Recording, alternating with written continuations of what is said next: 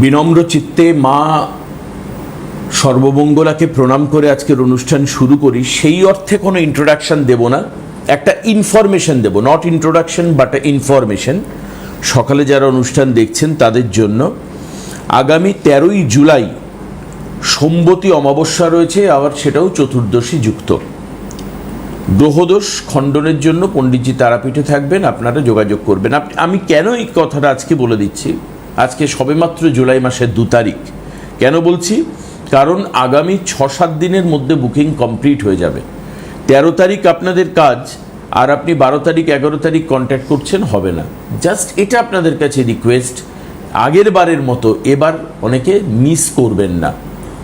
অনেকের গতবার নেওয়া হয়নি, নাম নেওয়া যায়নি, বাই দ্য ওয়ে নেওয়া যায়নি এই, কিন্তু এটা অত্যন্ত শুভ। আমি পণ্ডিতজিকে জিজ্ঞেসও করে নেব আপনাদের হয়ে যে চতুর্দশী যুক্ত সোমবতী অমাবস্যা ভ্যালুয়েশনটা কীরকম, তার মূল্য কতটা, কতটা অমূল্য, সেটাও আমি জানতে চাইব। যাই হোক, আজকে আমি স্বাগত জানাচ্ছি পণ্ডিতজিকে। ভৃগুশ্রী জাতক, আপনাদের পছন্দের পণ্ডিতজি আমাদের সঙ্গে লাইভে অনুষ্ঠানে উপস্থিত রয়েছেন। স্বাগত দাদা। নমস্কার। নমস্কার। হ্যাঁ, মানে এই গত যে অমাবস্যা ছিল, অনেকের মধ্যে একটা বদ্ধ ধারণা ছিল যে মল মাসের অমাবস্যা, গ্রহদোষ খণ্ডন করব কেন। হ্যাঁ, এটা কিন্তু গত অমাবস্যাটা কিন্তু সাংঘাতিকভাবে কিন্তু ভালো ছিল, ভালো অমাবস্যা। এটা অনেকের মধ্যে আমি প্রত্যেকে বলি, যেখানে পুরুষোত্তম মাসের অমাবস্যা। এবং বিশ্বাস করবেন না যে আমি নিজে তারাপীঠে ছিলাম, এত যজ্ঞ, এত লোক, হ্যাঁ, কল্পনা করতে পারবে না সেদিন। সব পুজোর ভিড়, মানে আমি কি ভাবছিলাম এটা কি আমি সেই কৌশিকী অমাবস্যাতে এসেছি। সাংঘাতিক ভিড়। যারা তারাপীঠে উপস্থিত ছিলেন গত অমাবস্যায় তারা প্রত্যেকেই জানেন যে কীরকম ভিড় ছিল শ্মশানে বা মন্দিরে, কী ধরনের ভিড় ছিল। অর্থাৎ এগুলো মানুষের মধ্যে বদ্ধ মানে ধারণা, বাজে ধারণা যে মল মাসের গ্রহদোষ খণ্ডন বোধহয় ভালো কাজ হয় না।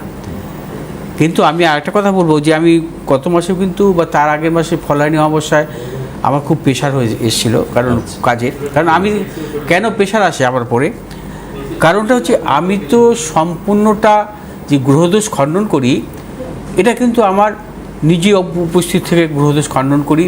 এবং এখানে কোনো কিন্তু ভাবে যে ওই ব্যাগ থেকে বের করে দেওয়ার মতন প্রতিকার আমি করি না। মানে তাবিজ কবজ ব্যাগ থেকে, ব্যাগ, হ্যাঁ, ব্যাগ থেকে অনেকে বের করে দেয় যে আপনার এটা অমুক জায়গায় করে দিয়েছি, আপনি পুজো দেখলেন না, কিছু দেখলেন না, পুরো বিশ্বাসের উপর ছেড়ে দিলেন তাকে। অনেকে ড্রয়ার থেকে বার করে দিচ্ছে, কিন্তু ওটা আমি করি না।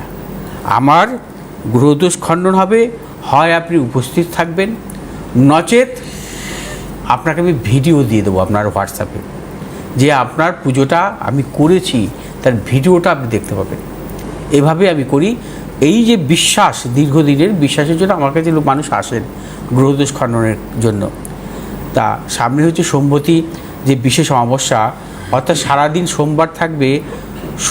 সোমবার সন্ধেবেলা, অর্থাৎ 13 তারিখে 6:25 থেকে অমাবস্যা শুরু হবে। অর্থাৎ সোমবার হচ্ছে শিবের দিন, অর্থাৎ সারাদিন চতুর্দশী থাকবে। সোমবার চতুর্দশী অত্যন্ত শুভ, এবং চতুর্দশী যুক্ত এই অমাবস্যা, অর্থাৎ একে বলা হয় সোমবতী অমাবস্যা। এই সোমবতী অমাবস্যার যদি আপনারা কেউ গ্রহদোষ খণ্ডন করতে চান, আমার কাছে এখন থেকে যোগাযোগ করবেন। অর্থাৎ চেষ্টা করবেন 4-5 দিনের মধ্যে, কারণ আমি অতিরিক্ত প্রেশার নেব না।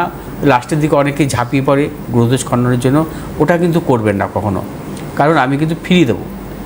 যাই হোক, কারণ আমাদের জীবনের প্রত্যেকটা মুহূর্তে চলার পথে আমাদের জীবনে নানারকম প্রতিকূলতা আসে। সেটা গ্রহগত যদি কোনো খারাপ যোগ থাকে তবেই কিন্তু আসে, এবং সেটা কিন্তু কাটিয়ে নিতে হয় সময় মতন। সেটা বিদ্যাক্ষেত্রে আসতে পারে, বা কর্মক্ষেত্রে আসতে পারে, অর্থনৈতিক উন্নতির ক্ষেত্রে আসতে পারে, ব্যবসা ক্ষেত্রে আসতে পারে। এই যে জীবনের প্রতিকূলতা, শারীরিক মানসিক প্রতিকূলতা, প্রিয়জনের শারীরিক বিড়ম্বনা, নানাবিধ, সেগুলো কিন্তু সময় মতন কাটিয়ে নিতে হবে। এবং যদি আপনারা নিজেরা উপস্থিত হতে পারেন অত্যন্ত ভালো। এবং আমি কথা দিতে পারি যে সম্পূর্ণ সততার সাথে আমি গ্রহদোষ খণ্ডন করি, এবং মা সর্বমঙ্গলার মায়ের মন্দিরেও পুজো হয় গ্রহদোষ খণ্ডনের। সেই দুটো ভিডিওই কিন্তু আপনারা পাবেন। যাই হোক, আজকের মূল পর্বে আমি আসব। আজ হচ্ছে সকাল 8:10 পর থেকে শুরু হবে কৃষ্ণপক্ষের তৃতীয়া তিথি। আজ 4:41 পর্যন্ত থাকবে বৈধিতি যোগ, তারপর শুরু হবে বিষকুম্ভ যোগ। আজকের গোচরে আত্মকারক গ্রহ হচ্ছে শুক্র, আজকের গোচরে রাজ্যকারক গ্রহ হচ্ছে বুধ এবং শুক্র। আজকের অভিজিৎ মুহূর্ত দুপুর 12:09 থেকে 12:57 পর্যন্ত। আজকের রাহুকাল দুপুর 1:20 থেকে অপরাহ্ন 3:03 পর্যন্ত। আজকের গ্রহগত সন্নিবেশ, রবি আজকে অবস্থান করবে মিথুন রাশির আদ্রা নক্ষত্রে, চন্দ্র আজকে অবস্থান করবে মকর রাশি উত্তরাষাঢ়া নক্ষত্রে, আজ আবার শ্রবণা নক্ষত্রে প্রবেশ করবে। মঙ্গল আজকে অবস্থান করবে বিশ্বরাশি কৃত্তিকা নক্ষত্রে, বুধ আজকে অবস্থান করবে কর্কট রাশির পূর্ণবসু নক্ষত্রে, বৃহস্পতি আজকে অবস্থান করবে কর্কট রাশির পুষ্যা নক্ষত্রে, শুক্র আজকে অবস্থান করবে কর্কট রাশির অশ্লেষা নক্ষত্রে, শনি আজকে অবস্থান করবে মীন রাশির রেবতী নক্ষত্রে, রাহু আজকে অবস্থান করবে কুম্ভ রাশির শতবিশা নক্ষত্রে, কেতু আজকে অবস্থান করবে সিংহ রাশির মঘা নক্ষত্রে। আজ গোচরে 3টি মহাযোগ আছে। কীরকম? বৃহস্পতি আজকে অবস্থান করছে চন্দ্রের ভাবে এবং চন্দ্র অবস্থান করছে সপ্তম ভাবে অর্থাৎ মকর রাশিতে। অর্থাৎ বৃহস্পতি চন্দ্রের ভাবে অবস্থান করে চন্দ্রকেই দৃষ্টি দিচ্ছে এবং শুক্র চন্দ্রের ভাবে অবস্থান করে চন্দ্রকেই দৃষ্টি দিচ্ছে। বুধ অবস্থান করছে চন্দ্রের ভাবে এবং চন্দ্রকে বুধ দৃষ্টি দিচ্ছে। অর্থাৎ 3টি শুভগ্রহ চন্দ্রের ভাবে অবস্থান করে চন্দ্রকেই সপ্তম দৃষ্টি দিচ্ছে। অবশ্যই একতর যোগ বলা হয় এবং 3টি ত্রিগ্রহী যোগ যখন একভাবে বসে থেকে ভাবপতিকে দৃষ্টি দেয় তাকে বলা হয় রাজলক্ষণ যোগ বা মহাযোগ। এই ধরনের যোগ কিন্তু যে কোনো জাতক জাতিকা জন্মছকে বিরল, এই ধরনের যোগ কিন্তু পাওয়া যায় না। 3টি শুভগ্রহ অর্থাৎ 3টি শুভগ্রহ ত্রিগ্রহী যে ভাবে অবস্থান করবে সেই ভাবের ভাবপতিকে দৃষ্টি দেবে, অত্যন্ত শুভ। যেমন একতর যোগও বলা হয় এবং একে মহাযোগও বলা হয়। এবার বলবো যে বৃহস্পতি যখন তুঙ্গি থাকে, বৃহস্পতির কেন্দ্রভাবে যদি চন্দ্রের অবস্থান থাকে তখন বলা হয় হংসযোগ। অর্থাৎ বৃহস্পতি যদি মীন রাশিতে অবস্থান করে, চন্দ্র যদি ধনুরাশিতে অবস্থান করে, আবার বৃহস্পতি যদি ধনুরাশিতে অবস্থান করে, চন্দ্র যদি মীন রাশিতে অবস্থান করে, আবার বৃহস্পতি তুঙ্গি অবস্থায় যদি কর্কট রাশিতে অবস্থান করে এবং চন্দ্র যদি মকর রাশিতে অবস্থান করে তবেই হংসযোগ হয়। হংসযোগ হচ্ছে একটা মহাযোগ, অর্থাৎ পঞ্চ মহাপুরুষ যোগের মধ্যে হচ্ছে শ্রেষ্ঠ যোগ হচ্ছে হংসযোগ। হংসযোগও কিন্তু খুব বিরল। হংসযোগে জাতক জাতিকাদের জীবনেও কিন্তু নানাবিধ সাফল্য আসে, অর্থাৎ অর্থনৈতিক সাফল্য, কর্মক্ষেত্রে সাফল্য, সম্মানজনক কর্মজীবন হয় এদের এবং এদের জীবনে রাজতুল্য সম্মান প্রাপ্তিও ঘটে এবং এরা অত্যন্ত মেধাবী হয়। এদের কর্মজীবন অনেক ক্ষেত্রে বিদেশে হয়। এছাড়াও আরেকটি যোগ আছে, সেটা হচ্ছে গজকেশরী যোগ। অর্থাৎ বৃহস্পতি অবস্থান করছে, তার সপ্তম ভাবে যদি চন্দ্রের অবস্থান হয় গজকেশরী যোগ হয়। গজকেশরী যোগে আমি এর আগেও বলেছি, গজকেশরী যোগের জাতক জাতিকাদের ক্ষেত্রে কিন্তু বৃহস্পতির মহাদশা বা চন্দ্রের মহাদশা বা চন্দ্রের মহাদশা বা বৃহস্পতির মহাদশা কিন্তু সাফল্য আসে। অর্থাৎ এই যে 3টি মহাযোগ আজকের গোচরে কিন্তু আছে, এক হচ্ছে রাজলক্ষণ যোগ এবং যাকে আমরা একতর যোগ বলি, 2 নম্বর হচ্ছে হংসযোগ এবং 3 নম্বর হচ্ছে গজকেশরী যোগ। এই 3টি যোগই কিন্তু অত্যন্ত শুভ এবং 3টি যোগে জাতক জাতিকাদের ক্ষেত্রে কিন্তু যদি এই ধরনের যোগ থাকে তারা জীবনে কিন্তু অত্যন্ত সাফল্য পায় এবং এই ধরনের যোগ কিন্তু খুব বিরল। এরা হচ্ছে কর্মজীবনে সাফল্য পায়, অর্থনৈতিক ক্ষেত্রে সাফল্য পায় এবং উচ্চ শিক্ষা এদের আসে। এবং মূলত দেখা যায় যে এই ধরনের যোগের ক্ষেত্রে মূলত শুভগ্রহ যদি দশা আসে, কেন্দ্রপতি বা কোণপতি, অর্থাৎ কেন্দ্রপতি মূলত লগ্ন, চতুর্থ, সপ্তম, দশমপতি যদি কেন্দ্রপতি হয় তার মহাদশায় সাফল্য আসে, অথবা সবচাইতে বেশি সাফল্য আসে যদি পঞ্চমপতি বা নবমপতি শুভগ্রহের মহাদশা আসে। এদের জীবনে কিন্তু গোল্ডেন টাইম আসে, অর্থাৎ যাকে আমরা বলি জীবনের সেরা সময়, সেই সময়টা কিন্তু তাদের জীবনে আসে। অর্থাৎ যোগ থাকলেই হবে না। আমি কিন্তু বারবার বলি যে কোনো যোগ, মহাযোগ জাতক জাতিকার জন্মছকে থাকতেই পারে, কিন্তু সেই যোগগুলোর একটি সময়ে সেই ফলগুলো আসে। দেখতে হবে এই যোগগুলো কখনো, যে কোনো জাতক জাতিকার যে কোনো যোগ যদি দুর্বল হয়, সেই দুর্বল যোগের কিন্তু কোনো ফল আসে না। যোগ সবসময় সবল হতে হবে, সবল যোগের ফল আসে। কীরকম, আমি আরেকটু বিস্তারিত করব। যেমন বৃহস্পতি এখানে তুঙ্গি অবস্থায় আছে, বুধ যে অবস্থান করছে, বুধের সাথে যে চন্দ্রের যে যোগ সৃষ্টিকারী হলো, বুধ কোথায় আছে? বুধ বৃহস্পতিযুক্ত বৃহস্পতির নক্ষত্র অবস্থান করছে, এবং শুক্র অবস্থান করছে বৃহস্পতিযুক্ত অবস্থায় বুধের নক্ষত্রে। শুক্র বুধ হচ্ছে মিত্র সম্পর্ক, অর্থাৎ শুক্র বুধের যোগ প্লাস বৃহস্পতিযুক্ত যোগ, এবং শুক্র হচ্ছে বুধের নক্ষত্রে আছে। অর্থাৎ যখন কোনো জাতক জাতিকার জীবনে সাফল্য আসবে, তখন দেখতে হবে সেই গ্রহটি কি অবস্থায় আছে, কোন নক্ষত্রে আছে, সে মিত্র নক্ষত্রে আছে কিনা, বা সে গ্রহ কোনো শুভগ্রহ যুক্ত বা শুভগ্রহ দৃষ্ট আছে কিনা, সেটাও কিন্তু দেখতে হয়। সেই গ্রহ যদি নিচস্থ হয়, সেই গ্রহ যদি পাপগ্রহ যুক্ত দৃষ্ট মধ্যগত হয়, তাহলে কিন্তু এই মহাযোগের ফল কখনোই পাওয়া যায় না। অতএব মহাযোগের ফল সবসময় মহাদশা বা অন্তর্দশাতে আসে, একটু মনে রাখতে হবে। যে কোনো জাতক জাতিকার জীবনে দশা অন্তর্দশাতেই কিন্তু মহাযোগের ফল আসে, এবং সেই মহাযোগ আসতে হবে তার জন্মছকে। যদি সেই গ্রহ দুর্বল হয়, তাহলে কিন্তু মহাযোগের ফল পাওয়া যায় না। সেই গ্রহ যদি সবল অবস্থা থাকে, তবেই কিন্তু মহাযোগের ফল পাওয়া যায়। আসবো আজকের রাশিফল নিয়ে। মেষ রাশি জাতক জাতিকার ক্ষেত্রে শুভ, সর্বক্ষেত্রে সাফল্য, অর্থ লাভ, কর্মক্ষেত্রে সুনাম বৃদ্ধি, প্রতিপত্তি।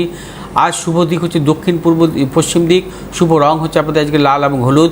2 সংখ্যায় জাতক জাতিকার ক্ষেত্রে শুভ, 4 সংখ্যায় জাতক জাতিকার ক্ষেত্রে অশুভ। বিশ্বরাশি জাতক জাতিকার ক্ষেত্রে আজকে দিনটি অত্যন্ত শুভ। কর্মক্ষেত্রে সাফল্য, ব্যবসা ক্ষেত্রে সাফল্য এবং দূরযাত্রার ক্ষেত্রে সাফল্য মিলবে। শুভ দিক পূর্ব এবং দক্ষিণ। শুভ রং হচ্ছে আপনাদের সাদা এবং হলুদ। 1 সংখ্যায় জাতক জাতিকার ক্ষেত্রে শুভ, 2 সংখ্যায় জাতক জাতিকার ক্ষেত্রে অশুভ। মিথুন রাশি জাতক জাতিকার ক্ষেত্রে আজকে দিন নানাবিধ প্রতিকূলতা, কর্মক্ষেত্রে জটিলতা, অর্থনাশ, গুপ্ত সত্য বৃদ্ধি হতে পারে। এবং মিথুন রাশি জাতক জাতিকার যে কোনো শুভ কাজের ক্ষেত্রে পশ্চিম দিক উত্তর দিকে অগ্রসর হবে সাফল্য। শুভ রং হচ্ছে আপনাদের সবুজ এবং হলুদ। 7 সংখ্যার জাতক জাতিকার ক্ষেত্রে শুভ, 8 সংখ্যার জাতক জাতিকার ক্ষেত্রে অশুভ। কর্কট রাশি জাতক জাতিকার ক্ষেত্রে আজকের দিনটি বিশেষভাবে শুভ। কর্কট রাশি জাতক জাতিকার ক্ষেত্রে অর্থ লাভ, কর্মক্ষেত্রে সুনাম বৃদ্ধি, পদোন্নতি, সন্তানের সাফল্য। আজ আপনারা যে কোনো শুভ কাজের ক্ষেত্রে পশ্চিম দিক দক্ষিণ দিক অগ্রসর হবে সাফল্য। শুভ রং হচ্ছে সাদা এবং হলুদ। আজ 1 সংখ্যার জাতক জাতিকার ক্ষেত্রে শুভ, 8 সংখ্যার জাতক জাতিকার ক্ষেত্রে অশুভ।